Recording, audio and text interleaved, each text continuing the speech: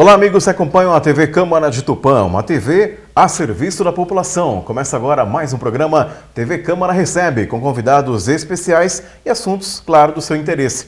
Hoje nós temos o prazer de receber aqui o médico cardiologista e médico do esporte, Dr. André dos Santos Moro, é um dos principais médicos cardiologistas da nossa região, hoje aqui na cidade de Tupã, recebendo o carinho de toda a população de Tupã e da região, já que a TV Câmara também transmite para toda a nossa região pelo sinal digital e atendeu gentilmente o nosso convite e está aqui hoje para falar um pouquinho sobre essa área que ele atua, que é a cardiologia, é um cardiologista, mas também um pouquinho da medicina do esporte, que há uma relação. E muitas pessoas agora que estão acompanhando a TV Câmara, nesse período aí de pandemia, palavra de ordem é ficar em casa, algumas pessoas iniciaram uma atividade física, mas a gente vai alertar aqui sobre essas questões, e principalmente doenças relacionadas ao coração, porque a pessoa fica mais tempo em casa, algumas delas, mais tempo em casa, acabam ingerindo mais alimentos, alguns deles que acabam prejudicando a saúde da pessoa. Então, são vários assuntos que a gente poderia abordar durante esse programa. Mas eu queria saudar primeiramente o Dr. André. Doutor, seja bem-vindo à TV Câmara de Tupã, falando sobre as questões, as doenças relacionadas ao nosso coração. Seja bem-vindo. Obrigado, Glaucio. Obrigado pelo convite. É um prazer estar aqui na TV Câmara para conversar um pouquinho com vocês. Doutor, bom, além de cardiologista, o senhor é médico do esporte. E é um título, é uma denominação que nós estamos vendo com mais frequência nos veículos de comunicação, médico do esporte.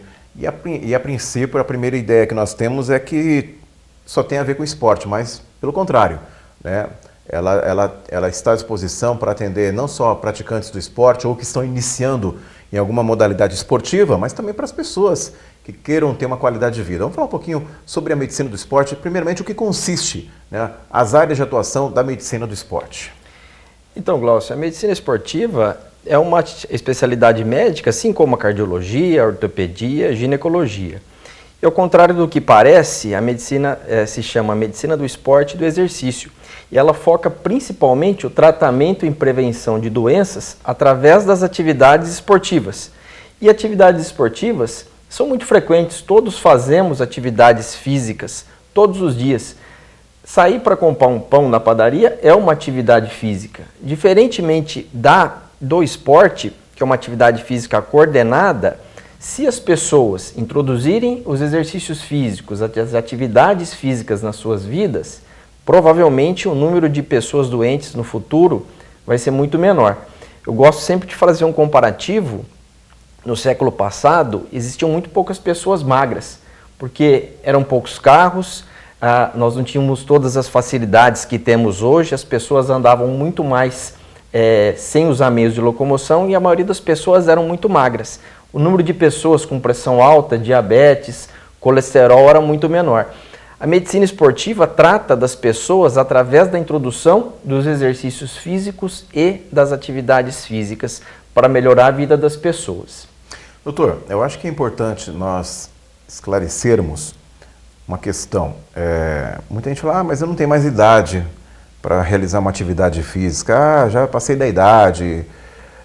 Com acompanhamento médico, com exames, fazendo uma triagem desse paciente ou dessa pessoa, acredito que não há limite, Tudo acompanhado com profissionais, eu acho que a pessoa pode iniciar uma atividade física até para melhorar a qualidade de vida e principalmente na questão da saúde. Por exemplo, pessoas que têm um colesterol alto, pressão alta. Ao procurar um médico, como o senhor falou, por exemplo, na medicina do esporte, a pessoa, através de exercícios, ela pode melhorar essa qualidade de vida, pode melhorar os índices que estão totalmente desequilibrados, e aí sim, isso vai trazer mais saúde à pessoa. Então, eu acho que não tem um limite. Tudo, claro, uma pessoa mais nova vai ter uma facilidade ou, de repente, condições de fazer uma atividade um pouco mais intensa. Uma pessoa com mais idade, claro que com acompanhamento, ela pode iniciar e trazer essa melhoria na vida dela. Sem dúvida, Glaucio. O que precisa ficar bem claro é que na vida das pessoas, o exercício físico é benéfico sempre. A gente sabe que crianças que praticam exercícios físicos têm a chance de se tornarem adultos saudáveis e, consequentemente, idosos saudáveis. A pessoa às vezes fica a vida toda sem praticar um exercício físico. Isso não quer dizer que na terceira idade ela não pode começar um exercício físico. A gente sabe que caminhada é um exercício físico excelente, muitas vezes dançar é um exercício físico muito bom. Hoje a gente sabe que a própria musculação com cargas baixas e poucas repetições são um exercício excelente para as pessoas de idade. Isso previne osteoporose, trata a hipertensão, trata a diabetes e entre outras doenças. Uma coisa que acontece muito comumente no meu consultório é que as pessoas às vezes chegam já, os pacientes tomando medicações de hipertensão e diabetes, porém sem ter aderido a uma dieta com pouco sal e pouco carboidrato, poucos açúcares e sem aderir aos exercícios físicos. Eu sempre gosto de fazer uma suposição, na verdade até uma troca com o paciente, que se ele conseguir aderir a uma atividade física, claro que devidamente supervisionada, muitas vezes com exames pré-exercícios físicos tendo que ser realizados, é muito frequente a gente conseguir retirar as medicações que eles tomam, principalmente para a hipertensão arterial e para o diabetes mellitus. Por quê?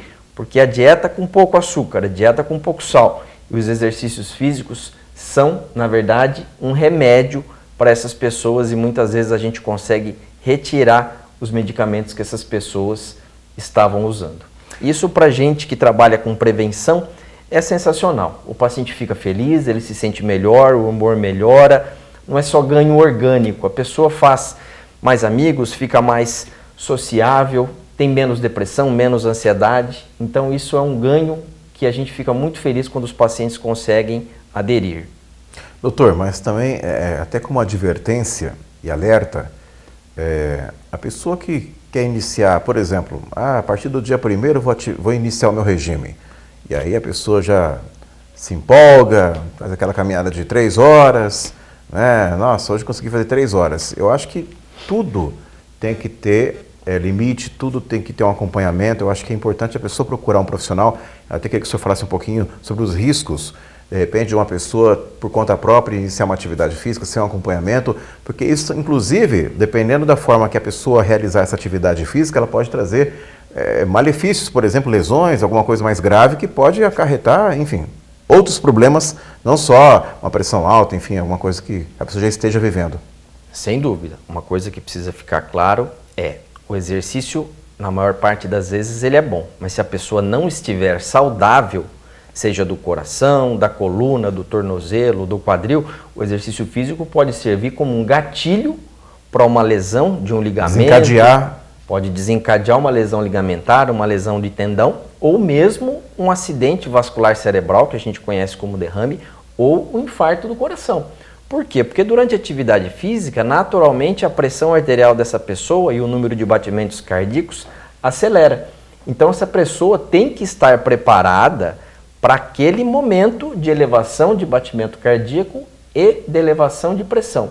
Se ela estiver com uma saúde em dia, com seus exames normais, ela vai poder fazer uma atividade física. Porém, se ela está sedentária há algum tempo considerável, ela deve começar com intensidades pequenas, poucas vezes por semana, não passando do limite. Bom senso para fazer exercício físico é tão importante quanto fazer o exercício físico. Doutor, eu queria que o senhor falasse um pouquinho sobre, eu acho que números ficaria um pouco mais difícil para o senhor, mas falar um pouquinho sobre o cenário de uns anos para cá, na questão de adolescentes que já sofrem com a obesidade, né? Porque crianças, a gente vê casos de crianças já menos de 15 anos aí, já obesas, né? Hoje a oferta de fast food, né? Hoje com o aplicativo você pede o que quer, na hora que quer, entrega em casa, o acesso à comida é muito mais fácil, muito mais simples. E os pais também na correria do dia a dia também, às vezes, não se atentam para essas questões. Isso pode desencadear, como nós dissemos, pode desencadear problemas mais sérios conforme a pessoa vai ficando mais velha.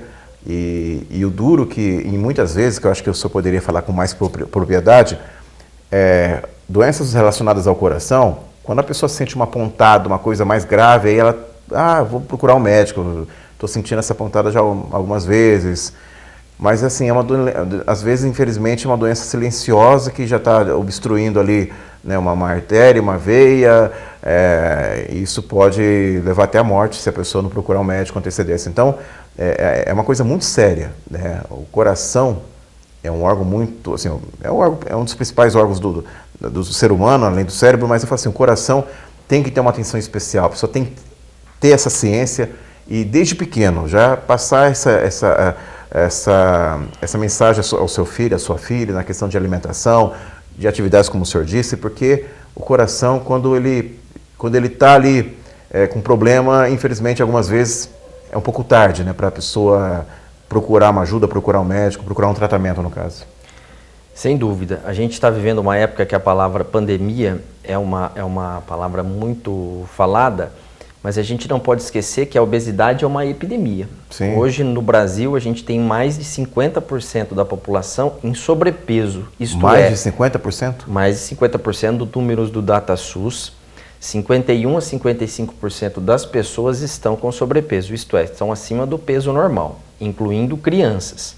Isso se deve muito em parte da mudança dos hábitos de vida que ocorreram nos últimos anos. Hoje as crianças se locomovem muito menos, elas Sim. ficam muito mais paradas, brincam menos. A própria urbanização levou essa dificuldade e com isso foram aparecendo as doenças que eram menos comuns no passado, mas hoje são muito comuns. E para piorar, a gente sabe que as duas maiores causas de morte no mundo ocidental são infarto e AVC. As causas do infarto e do AVC, para o nosso azar, são doenças silenciosas, como pressão alta, diabetes mellitus, colesterol elevado e a obesidade. Então, esses fatores de risco, quando eles estão juntos, eles estão agindo silenciosamente, estão danificando silenciosamente o coração das pessoas, o cérebro das pessoas. Em metade dos casos de infarto, não acontece qualquer sintoma precedente ao infarto agudo do miocárdio. E muitas vezes esse paciente pode chegar à morte sem qualquer chance de chegar ao hospital antes. Então, a prevenção, a mudança dos hábitos, a reintrodução das atividades físicas e a mudança de uma dieta com muito fast food, essa facilidade que você disse, é muito fácil hoje pedir um alimento e desembrulhar. A gente deveria menos desembrulhar e mais descascar. A gente deveria comprar mais frutas, legumes, verduras. Dá um pouco mais de trabalho? Pode ser que sim, mas são muito mais saudáveis do que os alimentos industrializados. E no segundo bloco, até vou pedir uma gentileza para o senhor, no segundo bloco, o senhor deixar algumas dicas sobre, de repente, coisas simples que as pessoas podem fazer, até a questão da alimentação principalmente, que podem colaborar, mas na dúvida, procure um profissional, acho que procure um médico, porque a questão da pressão alta, por exemplo, muita gente tem pressão alta e nem sabe, né? Só quando realmente tem um mal súbito, passa mal, enfim. Mas tem muita gente que tem esse problema, é silencioso, as pessoas não têm noção, né, que isso está acontecendo com ela. E quanto antes procurar um profissional, como o senhor disse, de repente até com o uso de exercícios, né, com a pessoa introduzindo uma rotina de exercícios no seu dia a dia, pode até fazer com que com o tempo a pessoa deixe de usar esses medicamentos, né, e volte aí ao seu equilíbrio. Então, quer dizer, o quanto antes procurar ter um acompanhamento, mesmo que seja periódico, né, o chamado check-up, vai lá, faz um check-up, vê como estão as coisas, porque, né, quanto antes for detectado alguma mudança nesses índices, dá para consertar, dá para resolver. Sem dúvida. A gente sabe que a maior parte das pessoas que têm hipertensão não sabe que tem hipertensão. E uma grande parte daqueles pacientes que sabem, que tomam remédio, não tem a pressão controlada porque não tem o hábito de fazer a medida. Todo adulto deve medir sua pressão uma vez ao mês para ver se ela está nos limites normais. Todo hipertenso deve medir sua pressão pelo menos 2 vezes ao mês para saber se ela está nos níveis normais. Porque muitos pacientes estão tomando os remédios para pressão e não estão com os níveis controlados e eles têm o mesmo risco cardíaco, o mesmo risco de ter um AVC que as pessoas que não estão tomando os medicamentos. Então, só tomar medicamento não é suficiente, é preciso fazer a averiguação. E claro que paralelo a isso, o consumo moderado do sal, uma dica importante é no preparo dos alimentos, do arroz, do feijão, da nossa comida do dia a dia, ser colocada uma quantidade inferior de sal que vem sendo colocada. E ter muita atenção aos fast foods, né?